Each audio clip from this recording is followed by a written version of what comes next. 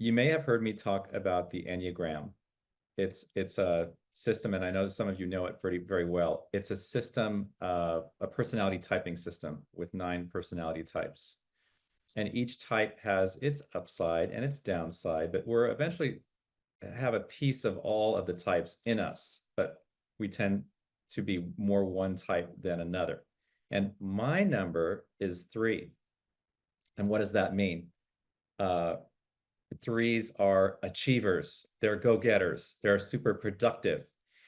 Uh, However, on the downside, and by the way, if you know Enneagram and you want to put it in the chat what your number is, feel free to. On the downside, threes care too much about what others think. And so this talk is therapeutic for me, but I'll explain something.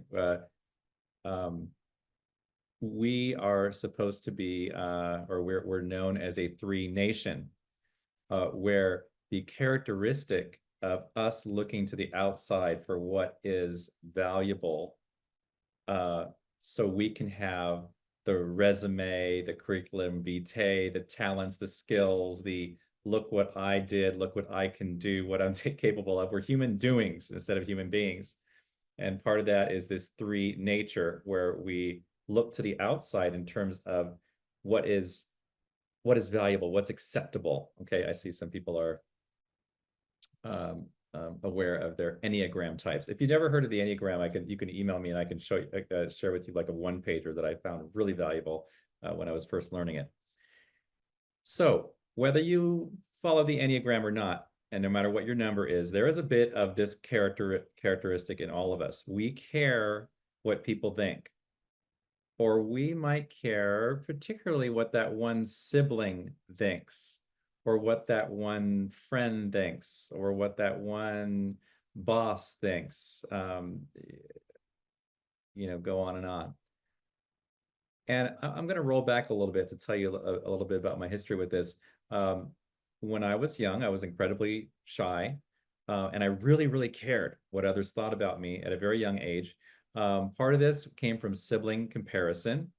And what made matters more intense was I'm an identical twin. And so I remember it was before kindergarten, so I must have been about 4 years old. And my mom turned to me and she said, "Your brother knows the alphabet. How come you don't know the alphabet?" And I saw that look on your face, Chris. So like some people, they know this. And then it was, "Your brother knows the days of the week. How come you don't know the days of the week? Your brother knows the months of the year. How come you don't know the months of the year?" And you can see it goes on and on. And you can kind of have 2 reactions to this as a human. You can either say, "Well, I'm gonna be inspired by that to get up and learn." But in my mind, I had already lost. So what was the use trying? So I went into grade school, remedial, like kindergarten and first grade. I was in the remedial groups. I didn't understand 1+1. I didn't understand how to read, and but I learned very quickly that I wanted to make my teachers happy. Had this built-in teacher's pet mode, and I learned that if I studied and paid attention, that I could do well. By the end of the second grade, I won a K through sixth wide spelling bee for my grade school, and then I went on to become valedictorian and of junior high and all that stuff because I was motivated by wanting to please others. That was a big part of it, but it was also fun learning. But think about this. When you were an infant, your survival depended on your parents completely. And when you're growing up, to keep you safe, you're getting constant feedback from your parents. "Oh, no, don't step out into the street. Don't do this, don't do that, do this, eat your vegetables." And even before we can understand language, these feedback mechanisms are reinforced either through tones of "oh" and "yes" for positive things, or "no, no." We get these feedbacks from the moment we're born. And then that lasts for about 30 years now. uh, and thinking about grade school, we absolutely care what the teachers think. We care what the teachers think as long as we're in education, because they're going to give us the grade, and it helps that the teachers have a good impression of us. And God knows we cared what the other kids thought. And then we enter the work world and we learn that our bosses are the ones that determine quite often whether we're going to get a raise. They're the key. They're more than anyone else, whether we're going to get a raise. They determine the quality of our life in that job. They determine if we're going to get a promotion, and they determine if there's a layoff list coming, who's going to get laid off. So we are absolutely caring in the work world what our bosses think, most of us. Okay. Some of you may have had different, jobs that didn't. So it's clear that the mindset of caring what other people think is deeply ingrained in our brains. And it can be helpful to a certain extent. You don't want to go to a party and be completely, let's say, have no social intelligence at all. You want to fit in with society, so you take feedback, and that's useful for social intelligence. But caring too much about what others think, it steals our energy. Case in point, have you ever ruminated about a situation where you played that situation over and over again in your mind, and it kept you up all night? You were losing sleep thinking, okay, did I really say that? Did I really, what does that person think? And did I really hurt that person's feelings? Or what happened at that gathering with my family? And what happens is their critical voice, and it may not even be real, it may be something you're imagining. Their critical voice becomes part of your personal tape recording until it becomes part of your inner critical voice. But have you ever ruminated about a situation? Is this thinking that something happened, thinking that someone thought something of you, when it was absolutely not true at all? It was absolutely not true at all. So you were wasting all this time assuming that something was real that wasn't. So how do we get out of this tendency to care too much about what others may think of us? Turns out we can unprogram our tendencies in this area to when we're judging ourselves, even if nobody's around, we're judging ourselves because we're taking on this habit. So we can unprogram this. And one way is, have you heard of Mel Robbins? Mel Robbins is a very successful self-help author now. She kind of treads the line between psychology and new age self-help books. She has a book called Let Them. That's just the title, Let Them. And her theory in this book is let them theory. And she calls this let them theory the ultimate boundary between you and the world. She says this: the problem isn't you. The problem is the power that you knowingly give other people.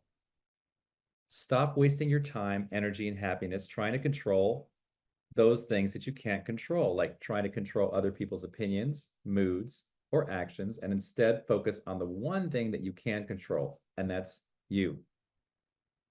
So if a person doesn't appreciate me, the answer is let them. If someone has an opinion about me that's not helpful, let them. If I think someone is judging me, let them. If they are being how they are being, and people will be how they be, because that's human nature, let them. Just let them. I was thinking about another spiritual author, Terry Cole Whitaker. And you may remember Terry Cole Whitaker, and Terry Cole Whitaker said that whatever people think of me is none of my business. Whatever people think of me is none of my business. And I come back to Mel Robbins. She says, when you stop obsessing over what other people think, say, do, you finally have the energy to focus on your own life. And the truth is, other people hold no real power over you unless you give it to them. So when you stop trying to control things that aren't yours to control, you stop wasting energy. When you reclaim your time, you reclaim your peace, and you reclaim your focus when you let them, And finally, she says, learning how to let adults be adults. Now, I thought that was interesting because quite often in these situations, you might be learning how to let adults be children, right? Depending. But adults can be children in behavior. That's just part of human nature. But learning to let adults be adults, you finally stop giving your power over to other people, and then you'll see how much power you truly have. So I would sum up this entire book, excuse me, by saying these two things. The first part of the theory is let them. That's where this is what you're doing, you're just kind of creating room. You're getting people out of your mental, your headspace. You're just saying, okay, it's okay. Just let them. If they didn't invite me to the party, just let them. Don't obsess about why they didn't invite me to the party, right? And then part two is take your power back. Brene Brown said this about taking power back. She said, this is a time for audacious authenticity, to be boldly ourselves. According to Brene Brown, she said, authenticity is the daily practice of letting go of who we think we're supposed to be and embracing who we are, cultivating the courage to be imperfect at the same time. So let me just go over this again. The daily practice of letting go who we think we're supposed to be. In other words, who we grew up hearing the voices in our head of we should be this, we should be that, we should be smarter, we should be have this much in the bank account, we should do this and should do this according to what I read online, but blah, blah, blah, blah, blah. So all those, wherever those voices come from, what we're doing is we're taking those voices away and embracing who we authentically are as spiritual beings. So this is finding your power from the inside out instead of from the outside in. This is, Mark Mesidorian had a really nice way of saying this last night. He said, this is the power of, not the power over, okay? Not having power over someone, but having power of the divine. It's all yours. It's all yours. And so it doesn't mean to bully your way around. It doesn't mean to force your way through the world. It means to not be afraid to have your own unique worldview and express it uniquely as you, unapologetically as you. But we as spiritual workers need to know that our true authentic self is always from source. It's from aligning with source energy. And that's paramount. That is paramount because that is our unchanging, unlimited, you know, when all your friends have let you down, if that ever happens, source, your higher energy, your wise sage self is your best friend. When your parents didn't do the parenting thing because they didn't go to the parenting 101 class, like none of our parents did, right? But at some point we realized that we had to be our own parents and that the God of our understanding, this is why the saying, we are a child of God, is so powerful, because it takes our parents off of the hook for being our parent. This eternally loving, unconditional source that always forgives you and loves you more than anything is your parent. And the more you have this kind of relationship, the more you can step into your power. And this may seem simple, new thought, wisdom, but it's so worth revisiting because our tape recordings so overwrite that a lot. I'll say this about alignment with source. Esther Hicks says, you can't seek alignment with source and alignment with the neighbors at the same time. You can't do that. Who are you seeking alignment with? You've got to seek alignment with what's happening internally and not externally. So I have a few final words on this topic. Once we let go of caring so much about what others may think, there's a void. And I think there are some opportunities. There are three opportunities as I see them. One of the opportunities is to consciously and gently rewrite tape recordings that we've been listening to in our own head. And a word about this, we won't rewrite these tape recordings unless we're aware that we're being driven by them. So with gentle curiosity, Elisa Bloom Robinson used to say, reconsider that thought. You have a thought that's like judging yourself, self-critique, lack and limitation. Stop for a moment and think, where did this thought come from? And be curious about it, and then be willing to be aware of the thought and just say, just ask for this thought pattern to be lifted from me, and new tape recordings will start to play. This is why affirmations are so important. Affirmations, and I highly recommend the I Am app. I Am app. It's really great. Tons of affirmations, but you can find them all over the place. But it helps to do these affirmations because they're simple, repetitious statements that the brain easily can understand. Very powerful, self-based. So that's one of the opportunities, is rewriting old tape recordings. The other two kind of come together. And these opportunities, after you let go so much of what people think, the two opportunities are opportunities for peace in your heart and opportunities for action. And this is where I turn to the wisdom of Alcoholics Anonymous, AA, or any of the 12-step programs, Al-Anon. And this prayer is known by probably most of you, whether you've stepped through the halls of AA or not. It's the Serenity Prayer. And there's an opportunity for peace that can be guided by this. It's, you know it. God grant me the serenity to accept the things that I cannot change, the courage to change the things I can, and the wisdom to know the difference. So if someone you think someone's judging, you don't know, you can't change that. And often you can't change other people's opinions. So that's the serenity that comes from accepting that I can't change that. But the courage to change things I can, if you're in a relationship with somebody, if you have a friendship where there's a misunderstanding, don't use the let them theory. That'll just build resentment.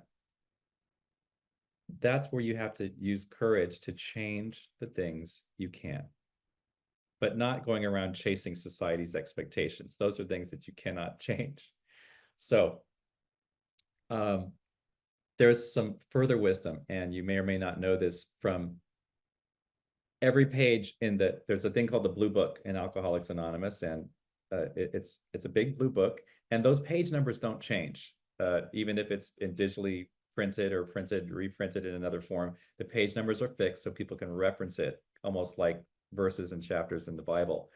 And on page 417, it says this.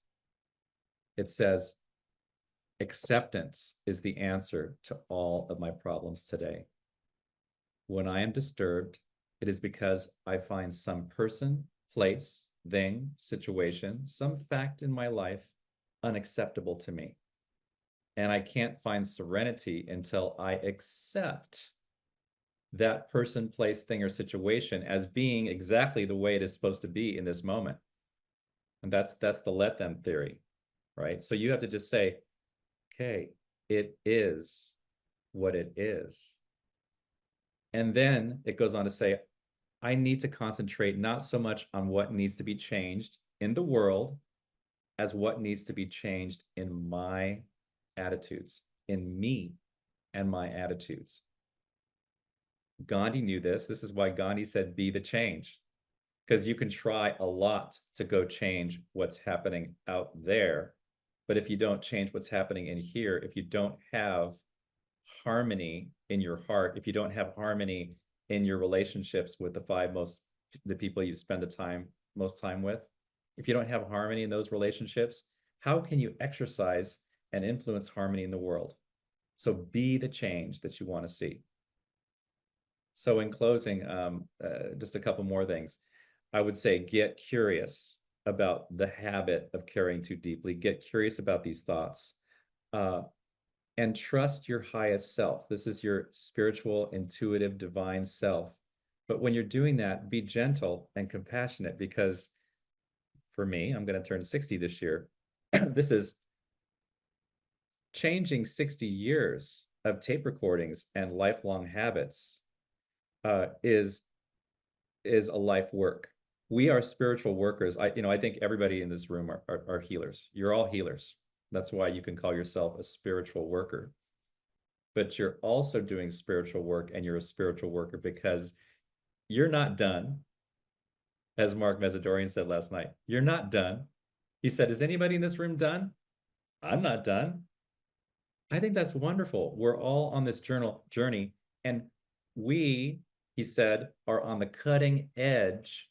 We are the leaders in this spiritual movement. You know why? Because everyone else, he said, is distracted. They don't want to step up to the table and hear spiritual advice and do spiritual practice and spiritual work. But I know that you're here in this place because you want to be the best possible person you can be. So it's a continual journey. And even though it may feel like this, it's really like this. You're going up. You're going up. I will finally just read this closing statement. There is, speaking of being gentle with myself, there is another serenity prayer. And it's so popular that if you look up other serenity prayer, you will find it. And I want to read it to you because it really goes with my talk. And this is what I'm going to close with. It says, God, grant me the serenity to stop beating myself up for not doing things perfectly. Grant me the courage to forgive myself because I'm working on doing better. And grant me the wisdom to know that you already love me exactly the way I am. I am complete, and so it is. And Laura, I'm going to spotlight you.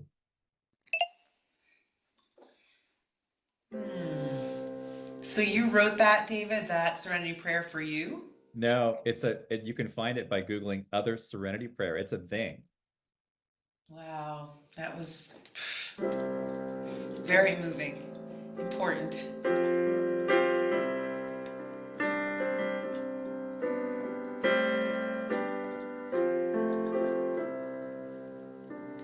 People get ready, there's a train coming.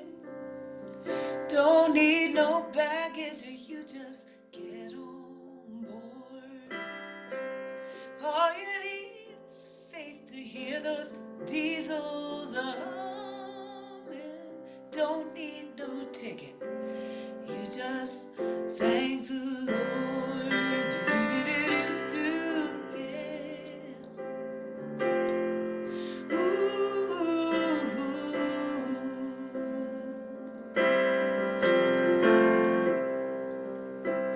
People get ready, there's a train to Jordan, picking up passengers from coast to coast.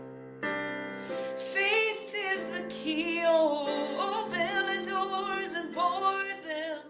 There's room for all among the loved the most. Do, do, do, do, do, do. We're getting ready. Do, do, do, do, do, do. Yeah. Well, there ain't no room for the hopeless sinner who would hurt all mankind and hurt ourselves to save his own.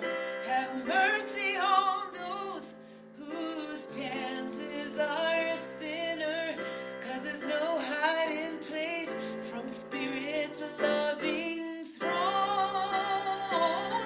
People get ready, there's a train coming. You don't need no baggage, you just get on board. All you need is faith to hear those diesels humming. Don't need no ticket. Don't need no ticket. You just thank the Lord. Thank the Lord. People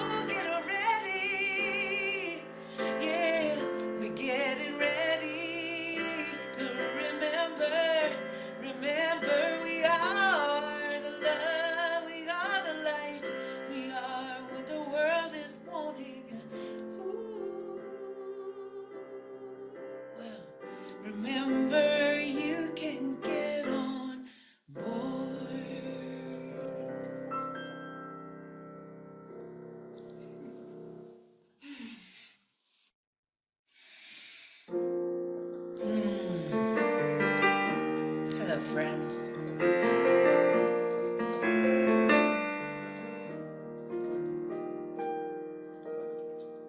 Just when I take a step outside, the rain it catches me with no warning.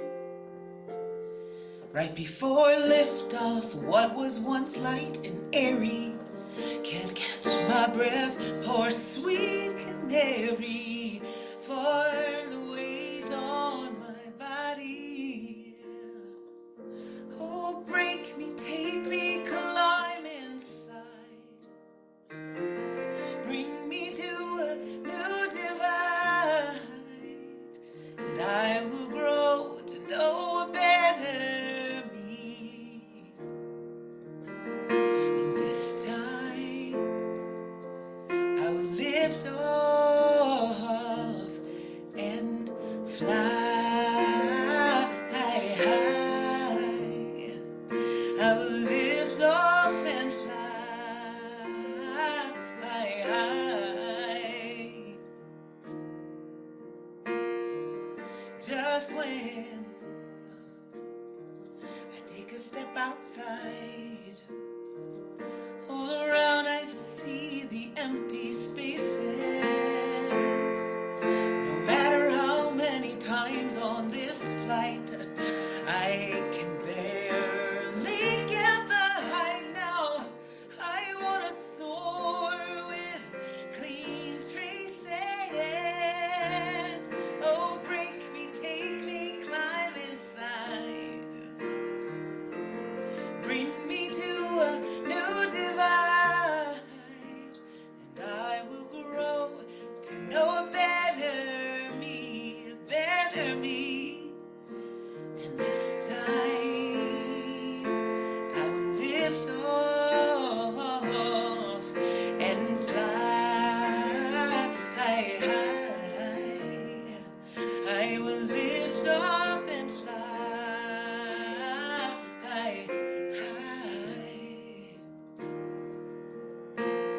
Me and the time we make quite a pair. It's a solo flight with the wind in my hair. There's a quiet line between me and the air, and I like it here, yeah. I like it here. Ooh, yeah. Ooh.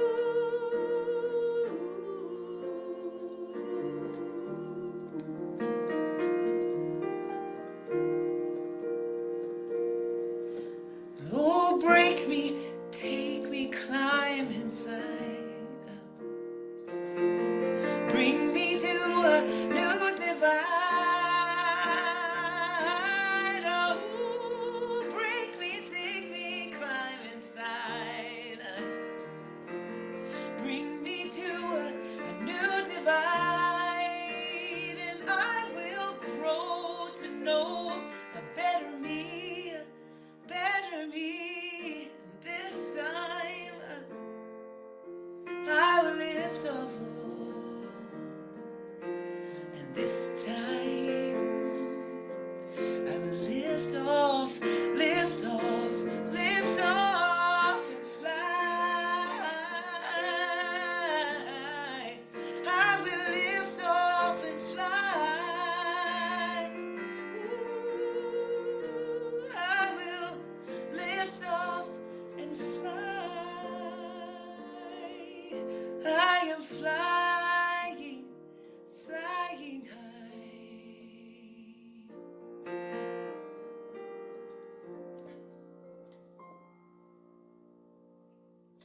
Thank you, Laura.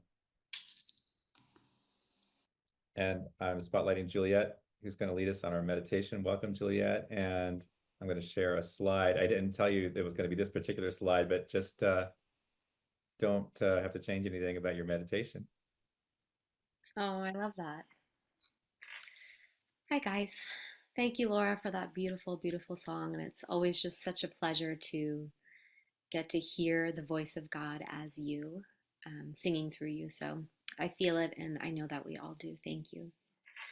So, this is the time in our service where we get to become still together, to bring the power of stillness and into the community through each one of us. And so, we'll just take a moment, just allow your eyes to close if that feels right for you.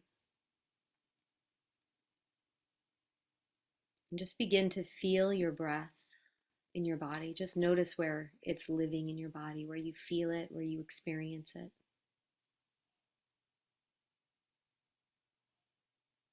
Maybe you feel it in your chest, maybe in your head, maybe in your back, your belly.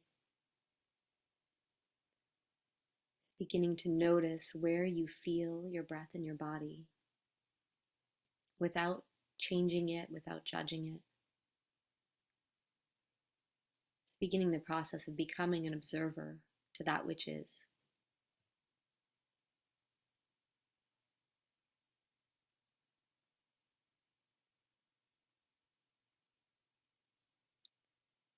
And for this meditation, I'd like you to think of something, a theme maybe you've been working with in your own life, or a quality of the Spirit that you've been working with. Maybe it's grace, maybe surrender, maybe peace, creativity. Just one word. And we'll use that word, that quality of the Spirit, as our anchor point for our meditation. So that any time during our meditation we find ourselves in the future or the past, or we find ourselves involved in a story or thought, in that moment we wake up, we bring ourselves back to that word, that quality of the Spirit. It could be love, peace, whatever you're working with or feels right for you today. We'll just allow that to be our anchor, so that each time we feel the vibration of the quality of God, we allow ourselves to wake up again and again and again and again to what is true, as many times as we need to, with love and with grace. So we'll just take a few moments in the stillness together, bathing in the love of God within us, all around us, and as this community.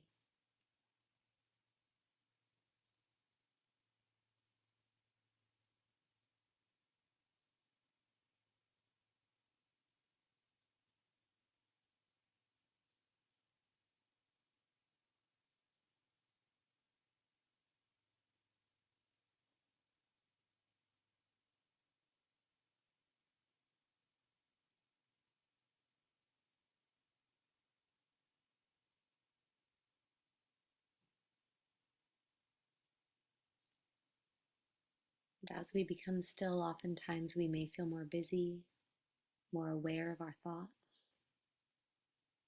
more aware of our body, any discomforts, agitations.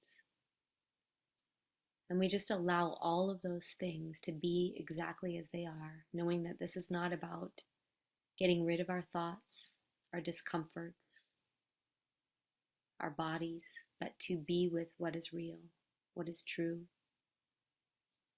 and to come back over and over again to the love of God. So we just accept ourselves right now as we are and allow ourselves to be exactly as we are.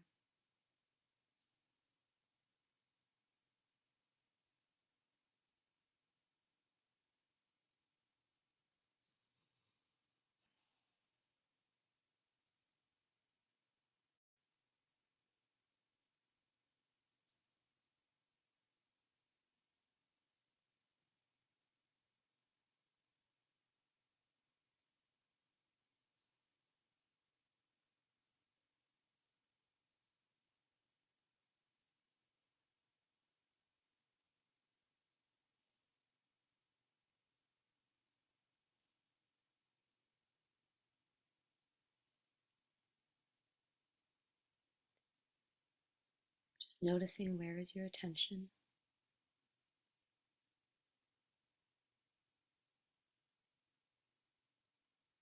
If you found yourself in the future or past,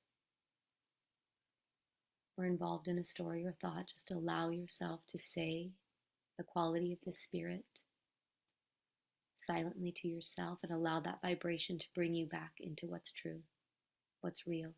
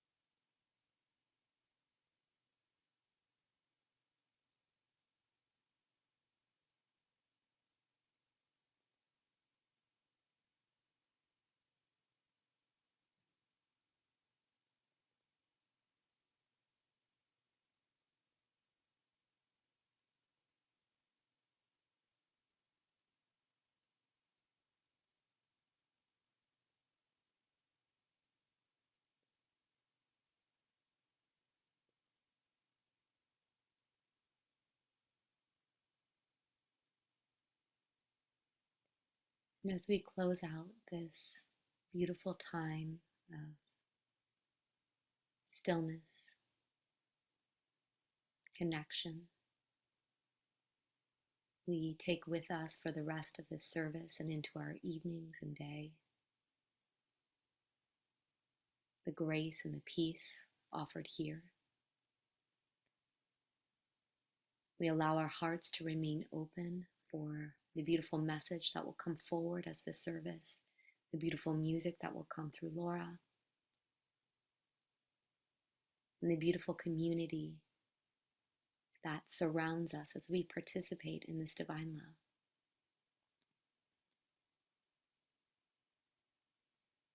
And in this moment, let's take a full breath together, just easefully inhale in, just allowing your breath to float out.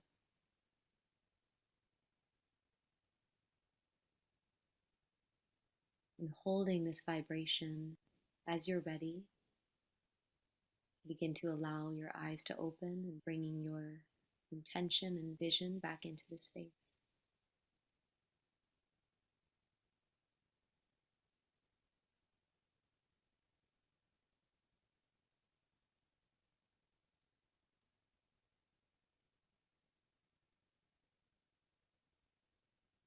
Thank you, Juliet.